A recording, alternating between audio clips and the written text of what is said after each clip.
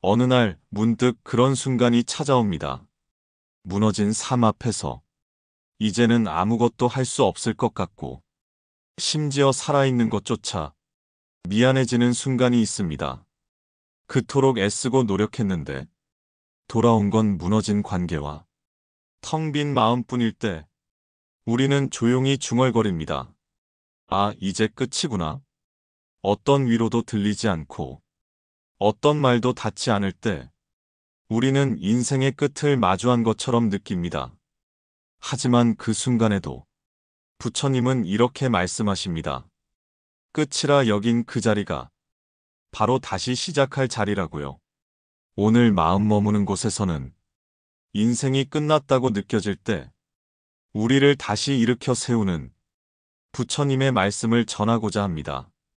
그 말씀은 우리가 가장 어두운 순간, 가장 깊은 절망 속에서 다시 살아나게 하는 희미하지만 분명한 등불이 될 것입니다.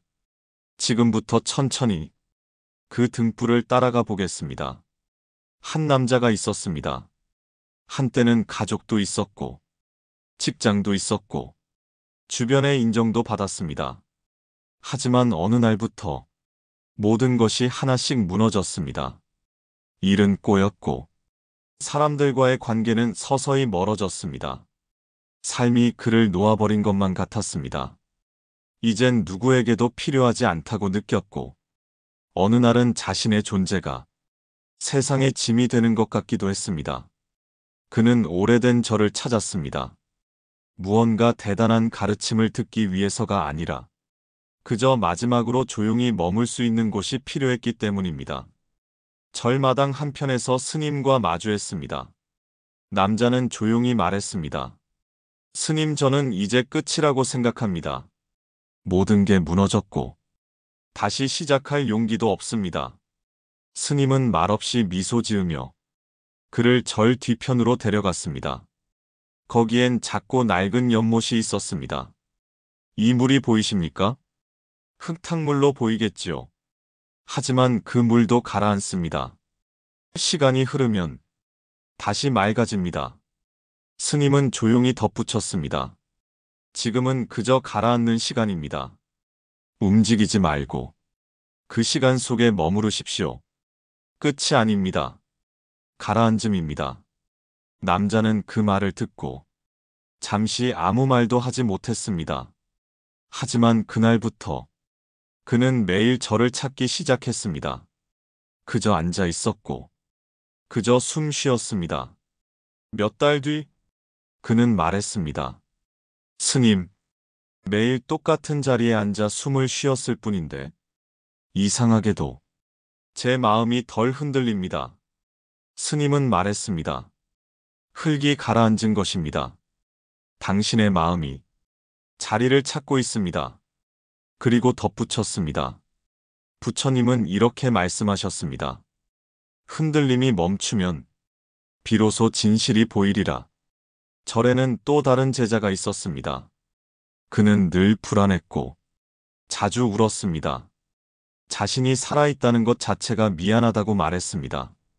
부처님께서는 그 제자에게 다가가 그의 등을 천천히 쓰다듬으셨습니다. 그리고 말씀하셨습니다. 너는 지금 마음이 아프다. 그 아픔은 네가 여전히 살아있음을 말해주는 것이다. 제자는 울먹이며 말했습니다. 전 왜 이렇게 고통이 많은가요? 이렇게까지 살아야 하는 이유가 있나요? 부처님은 작은 꽃잎 하나를 주우셨습니다. 그리고 말씀하셨습니다.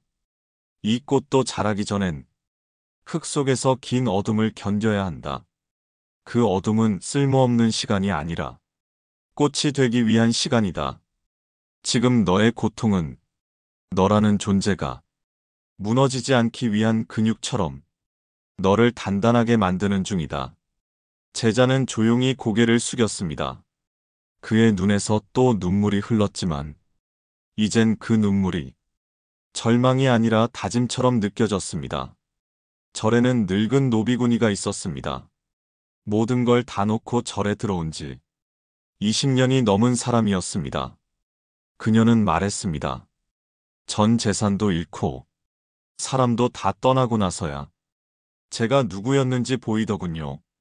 사람들은 그녀에게 물었습니다. 그 모든 걸 잃고도 어떻게 이렇게 고요하십니까? 그녀는 웃으며 대답했습니다. 놓았기 때문입니다. 무언가를 쥐고 있을 땐 그것이 나라고 착각하지만 그걸 놓고 나면 비로소 나를 보게 됩니다. 부처님께서 그 곁을 지나며 말씀하셨습니다. 손에 쥔 것이 무거울수록 그대는 멀리 가지 못한다. 가벼워져야 길이 보이고 발이 움직인다. 놓는다는 건 포기가 아니라 가벼워짐이었습니다. 절에는 어린 비구가 하나 있었습니다. 부처님께 늘 쫓아다녔지만 자주 실수도 하고 울기도 했습니다. 그 아이는 어느 날 말했습니다. 저는 왜 이렇게 부족할까요? 다른 비구들처럼 똑똑하지도 않고 암송도 잘 못합니다. 부처님은 아이를 안치고 말했습니다. 자기 자신에게 너무 가혹하구나. 스스로를 벌주는 마음이 세상을 가장 먼저 때리는 법이다. 그리고 부처님은 아이의 손을 잡으며 말했습니다. 자비는 남에게 베푸는 것이 아니라 자기 자신에게 먼저 베푸는 것이다. 너를 살리는 힘은 너 자신에게 주는 따뜻함이다. 그날 이후 그 아이는 하루에 한 번은 자기 자신에게 말했습니다. 괜찮아. 실수해도 괜찮아. 오늘도 살아있어줘서 고마워. 저를 떠나기 전 많은 이들이 부처님께 묻습니다. 저는 아직도 제가 누군지 모르겠습니다. 뭘 위해 살아야 하는지도 모르겠습니다. 부처님은 말합니다. 그대는 이미 알고 있다. 단지 그 소리가 너무 작아서 아직 듣지 못했을 뿐이다. 그리고 한 걸음을 내딛습니다. 삶이 무너질 때마다 그대는 다시 자기 안을 들여다보게 될 것이다. 그 밑바닥이 사실은 가장 단단한 토대임을 훗날 알게 될 것이다. 어두운 동굴 끝에 작은 빛이 있듯 그 어둠의 끝에서 그대는 비로소 자기를 만나게 될 것이다. 지금이 다시 시작할 순간입니다. 인생이 끝났다고 느껴졌던 순간들. 그것은 끝이 아니라 쉼이었습니다. 가라앉는 시간은 필요했고 어둠 속에서의 고요는 다시 걸을 수 있는 발걸음을 준비하는 시간이었습니다. 부처님은 말씀하십니다. 끝이라 여긴 그 자리에서 다시 시작하라. 그 자리가 곧 길이 된다. 지금 당신이 그 자리에 있다면 당신은 이미 다시 시작하고 있는 중입니다. 그리고 우리는 믿습니다. 그 길 끝에 당신만의 밝은 새벽이 기다리고 있을 거라고요. 지금 마음 머무는 곳을 구독하고 다음 말씀도 함께 들어보세요.